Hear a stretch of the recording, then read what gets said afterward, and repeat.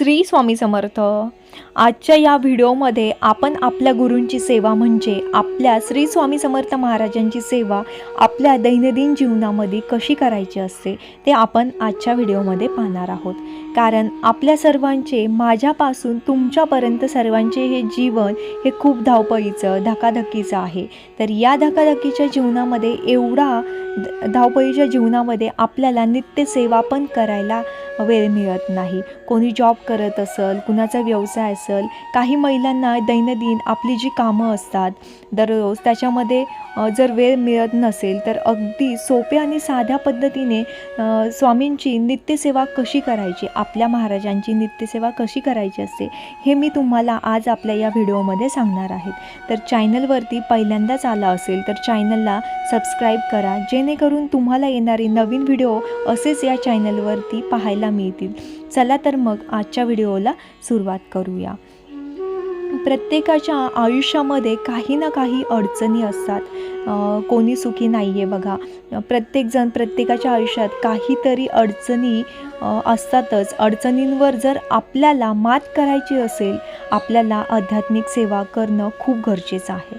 आपल्या आयुष्यामध्ये गुरु असणं हे खूप गरजेचं आहे आणि ज्यांच्या आयुष्यामध्ये श्री स्वामी समर्थ महाराजांसारखे गुरु जर असेल तर खरंच ते खूप पुण्यवान व्यक्ती आहेत की त्यांनी खूप पुण्याई केली आहे। मागच्या काही जन्मांमध्ये त्यांनी इतकी पुण्याई केली असेल की त्यांनाही या जन्मामध्ये आपले महाराज मिळाले। आपल्याला महाराजांसारखी सेवा करायला, आपल्याला महाराजांची सेवा करत आहोत, हे किती मोठं आपलं भाग्य आहे बघा की आपल्याला महाराजांची सेवा करायला मिळते। त्यामुळे जे कोणी आहेत, सेवेकरी आहे, नवीन आहेत, जुने आहे स्वामी भक्त, त्यांनी नित्यसेवा कशी करायची दैनंदिन जीवनामध्ये ही आपण नित्यसेवा केलीच पाहिजे। तर ती कशी करायची हे मी तुम्हाला सांगणार आहे। बघा, खूप काही पुरुष स्त्रिया जॉबला असतात, ऑफिसला जातात, तसेच आपल्याला दैनंदिन जीवनामध्ये रोजचे जे काम असतं ते काम चालू असतं आणि आपल्याला टाईम मिळत नाही। तर कमीत कमी वेळामध्ये आपण ही नित्यसेवा कशी करायची हे मी आज तुम्हाला सांगणार आहे। आपण आपल्या दिवसातले 10 ते 15 मिनिट आपल्याला फक्त आपल्या महाराजांसाठी द्यायचे आहेत। बघा, आपल्या गुरूंसाठी आपल्याला तेवढं करणं खूप गरजेचं आहे। आपण महाराजांची सेवा करायला लागल्यानंतर त्याआधी आपल्याला महाराजांना मनोमन एक प्रार्थना करायची आहे की स्वामी महाराज, माझ्याकडून तुमची जेवढी सेवा होईल तेवढी करून घ्या। तुम्हाला जेवढा वेळ मला रोज देता येईल तेवढा वेळ तुम्ही माझ्याकडून नक्की काढून घ्या, असं आपल्याला स्वामींच्या चरणी प्रार्थना करायची आहे। आणि पहिली गोष्ट म्हणजे आपल्या घरी एक छोटासा फोटो किंवा स्वामींची मूर्ती ही असायला पाहिजे। आपण आपल्या गुरूंची सेवा करतो त्यामध्ये देवघरामध्ये आपल्याला फोटो किंवा मूर्ती असायलाच हवी। ही मूर्ती आपल्याला दुकानांमध्ये भेटेल, तसेच इतर कुठेही आपण केंद्रात असेल तिथून देखील आपण मूर्ती किंवा फोटो आणू शकतो। त्यानंतर आपल्याला सेवा कशी करायची, तर आपल्याला रोज नित्यसेवा करायची आहे। नित्यसेवेमध्ये दिवसभर कधीही तुम्ही नित्यसेवा करू शकता, अगदी थोड्या वेळात करू शकता। कारण आपल्याकडे वेळ असेल नसेल तर ज्यांच्याकडे कमी वेळ आहे त्यांना थोडक्यात सांगते की ही सेवा कशी करायची आहे। तर रोज स्वामी चरित्र सारामृत हा जो ग्रंथ आहे, हा ग्रंथ कुठेही भेटतो, केंद्रामध्ये भेटेल किंवा ऑनलाईन देखील उपलब्ध आहे किंवा एखाद्या धार्मिक दुकानामध्ये देखील हा ग्रंथ आपल्याला भेटू शकतो। या ग्रंथामध्ये एकूण 21 अध्याय असतात। 21 अध्यायाचं वाचणे म्हणजे एक पारायण असे म्हणतात। 21 अध्यायाचं एक पारायण केलं तर आपल्याला दररोज नित्यसेवेमध्ये स्वामी चरित्राचे 3 अध्याय दिवसभरामध्ये कधीही तुम्ही वाचू शकता। 3 अध्याय आपल्याला दररोज वाचायचे आहे।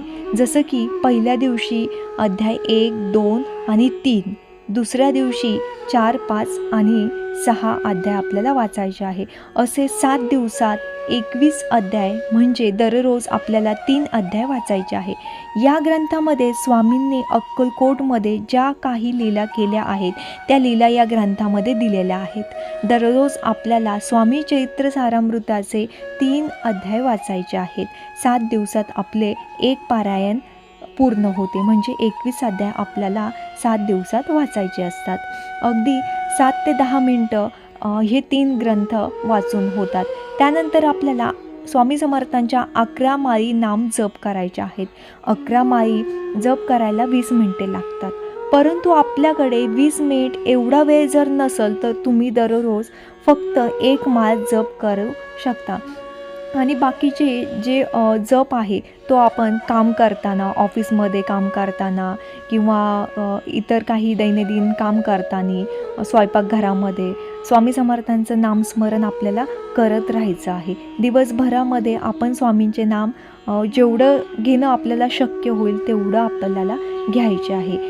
त्यानंतर आपल्याला ही नित्यसेवा जी आहे हे ग्रंथ जो आहे तो देवपूजा झाल्यानंतर सकाळी वाचायचा आहे किंवा दुपारी वाचा किंवा संध्याकाळी देखील तुम्ही स्वामी चरित्राचे 3 अध्याय आणि स्वामी नामस्मरण करू शकता. 11 माळी करायला शक्य नसेल तर 1 माळ नक्की करा. त्यानंतर बघा, तारक मंत्र निशंक हो निर्भर हो मनारे हा जो तारक मंत्र आहे तो आपल्याला एकदा पठण करायचा आहे. या सर्व सेवेला स्वामी चरित्राचे 3 अध्याय, स्वामी समर्थांची 1 माळ जप आणि तारक मंत्राचा 1 वेळा पठण करायला फक्त 15 मिनिट लागतात. तुम्ही सकाळी हे 15 मिनिट सेवा केली तर दिवसभरामध्ये तुम्ही खूप फ्रेश राहाल आणि स्वामी तुमची दिवसभरामध्ये रोज तुमची सुरक्षा करत राहतील. अगदी साधी आणि सोप्या पद्धतीने ही सेवा आहे.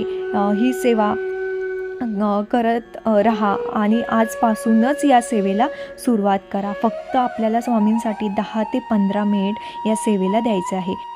दिवसभरामध्ये तुम्ही अशा पद्धतीने नित्यसेवा करू शकता आणि नक्की करा. नक्कीच तुमच्या आयुष्यामध्ये चांगले बदल घडून आलेले तुम्हाला जाणवतील. जीवन आनंदमय सुखमय होईल. श्री स्वामी समर्थ.